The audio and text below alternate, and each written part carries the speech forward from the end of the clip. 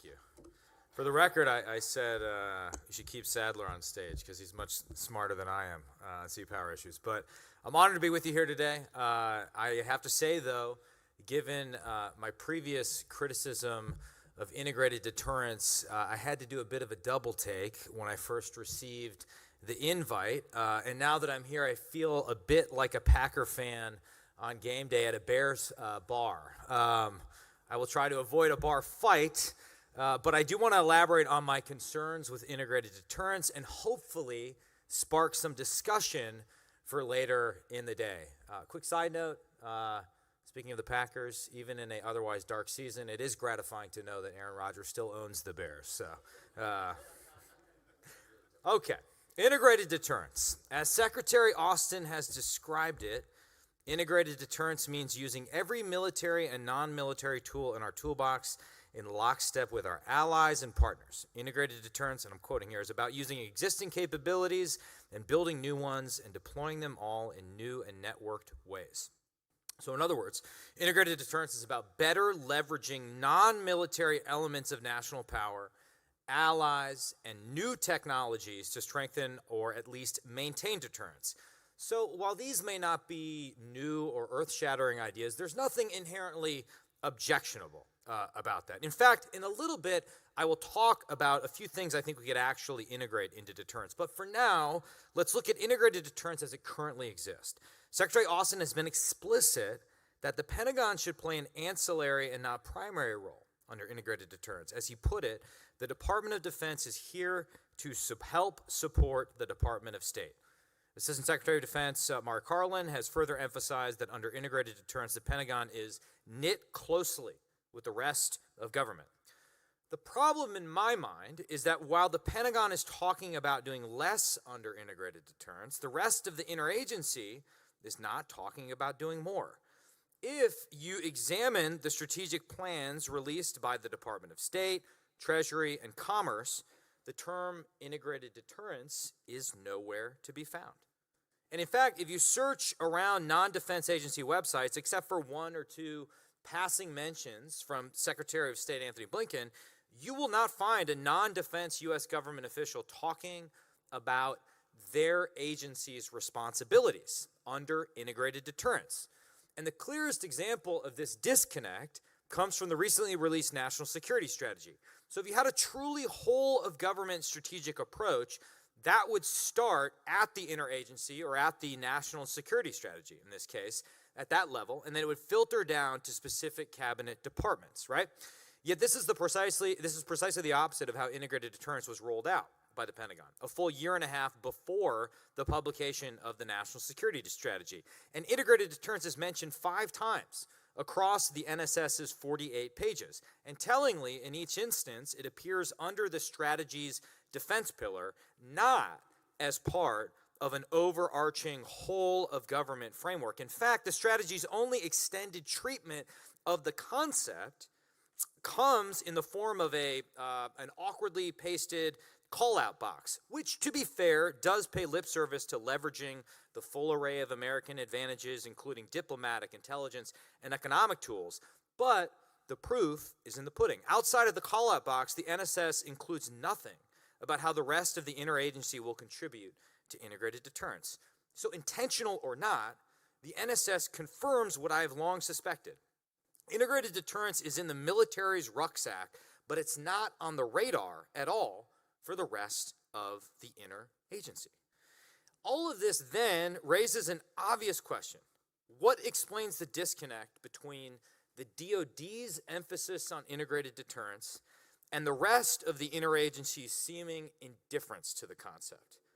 I have a theory, and fair warning, this is the part of my speech which may be akin to shouting, "Go Pack Go" at a Bears bar, but it gets better afterwards, so just bear with me before you start booing. So I believe, or at least my concern, is that the Biden administration is using integrated deterrence as a smokescreen to underinvest in conventional hard power while being able to claim that they're enhancing deterrence. And so I think there's 2 things going on here. For one, many senior leaders in the administration, starting with the president himself on down, fundamentally underappreciate the continued centrality of hard power in the 21st century. We got a taste of this last fall at the UN when President Biden wishcast that we were closing an era of relentless war and opening one of relentless diplomacy, in which, quote, many of our greatest concerns cannot be solved or even addressed by the force of arms. Or look at John Kerry, who just days before Vladimir Putin's invasion of Ukraine, or his most recent invasion of Ukraine, expressed confusion about the looming invasion, saying, quote, I thought we lived in a world that had said no to that kind of activity. A truly remarkable statement given that Kerry was Secretary of State during the 2014 Russian invasion of Ukraine. This mindset even manifests itself in the national security strategy, which despite some genuinely good language on China and Russia, ultimately labels climate change, not revisionist authoritarians, one of whom is engaged in the largest land war in Europe since World War II currently, as the existential challenge of our time. That's factor one. The second factor here is that the administration wants to focus its energy, attention, and resources overall on domestic priorities rather than on the national defense. The numbers here speak for themselves. Since entering office, the Biden administration spent over $2.7 trillion between its American Rescue Plan, infrastructure bill, and the questionably named Inflation Reduction Act alone. At the same time, if you take the the defense budget was a cut in real terms, factoring in inflation, and the inflation estimates were, Milley admitted to us that they were wrong. But if you take the $12 billion added under the Biden administration last year relative to the pre-Biden FY21 defense spending baseline, and then you throw in the administration's request for an additional $59 billion this year, you're still only looking at about $71 billion in defense spending over the baseline compared to the $2.7 trillion he spent across the budget on his signature domestic initiatives. So as the president is fond of saying, show me your budget and I'll tell you what you value. Well, the administration could not be more clear that it does not value investing in hard power relative to domestic spending, despite looming warning signs of war, particularly in the Indo-Pacific. So at the same time they're underinvesting in the national defense and spending lavishly on domestic priorities, the administration is trying to project their enlightened sensibilities onto our adversaries, particularly Putin, scolding him that instead of invading Ukraine, he should focus on building back better. It's this last part that I think is ultimately most revealing. In sort of the perfect sheltered bubble of DC, the administration doesn't want to spend money on items like military readiness, force structure, and theater logistics. They just want to build back better in a world that has evolved beyond the force of arms. So enter integrated deterrence. It's a perfect opportunity for the administration to have its cake and eat it too. After all, it posits a world in which DoD can play a secondary role and be funded accordingly, and yet we can still deter conflict through other, less pricey elements of national power. It's a neat solution, admittedly, for the administration. There's just one problem. Integrated deterrence has not worked. In fact, integrated deterrence failed its most high-profile test in generations. Barely 1 month into the war in Ukraine, anonymous Pentagon officials were bragging to the Washington Post that integrated deterrence comes out smelling pretty good from this. Yet tens of thousands of dead Ukrainians and millions more displaced should not look, smell, or feel good. And eventually, after we went back and forth in an Armed Services Committee hearing, Secretary Austin and Chairman Milley admitted that integrated deterrence failed in Ukraine, and that short of the commitment of U.S. military forces into Ukraine proper, Putin was not deterrable. Considering we actually did the opposite, preemptively pulling American troops out of Ukraine, sailing out of the Black Sea, limiting the pre-war transfer of defense equipment, Austin and Milley's assessment was a critical, if overdue, admission about the supremacy of hard power, and one that has profound implications for how to deter a war with China over Taiwan. And if anything, coming out of the 20th Party Congress, I would submit she is more outwardly committed to taking Taiwan than Putin was Ukraine prior to February 24th. So now that's where members of my political party usually stop. We paint a scary picture of the world. We criticize the president's team for being weak. And we tell you that if only you put us in charge and we spend more on defense, none of this would be happening. I'd like to try and move beyond that, today and in the final part of my speech. Despite my concerns over the concept of integrated deterrence and the jargon, I recognize that there are patriots in the Biden Pentagon who are working incredibly hard to defend this country.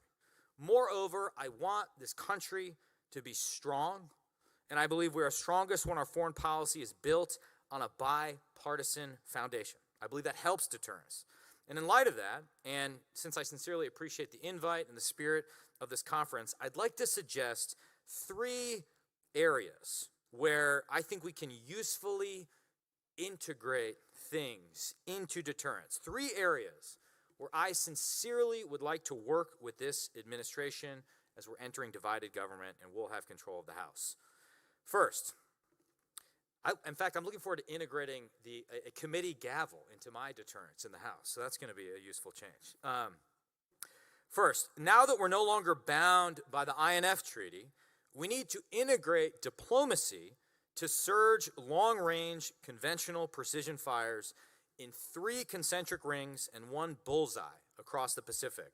The first island chain, second island chain plus the Central Pacific Islands, and 3, the outer edges of the theater, including Alaska, Hawaii, and Australia. Credit to CSBA for a fantastic report on this point. These rings then revolve around a 4th and decisive point, the bullseye, Taiwan itself. To build this regional defense in depth, we will need to negotiate access and basing rights with host countries, particularly Japan, the Philippines, and Australia, so that we can disperse intermediate range missiles and other critical assets across the theater as soon as possible. Second, I do believe there's a tangible way we can integrate technology, and missile technology in particular, into deterrence. In light of that 3 rings approach to posture in the Indo-Pacific, while existing weapons would work for deployments to Taiwan in the first island chain, in the second ring, we will literally need rocket science to develop and deploy longer-range maritime strike tomahawks and other intermediate-range missiles. And in that third ring, that outer ring, we will need to harness advanced energetic materials to develop even longer-range intermediate missiles that could range the Taiwan Strait from places like Australia's Northern Territory, even from Alaska.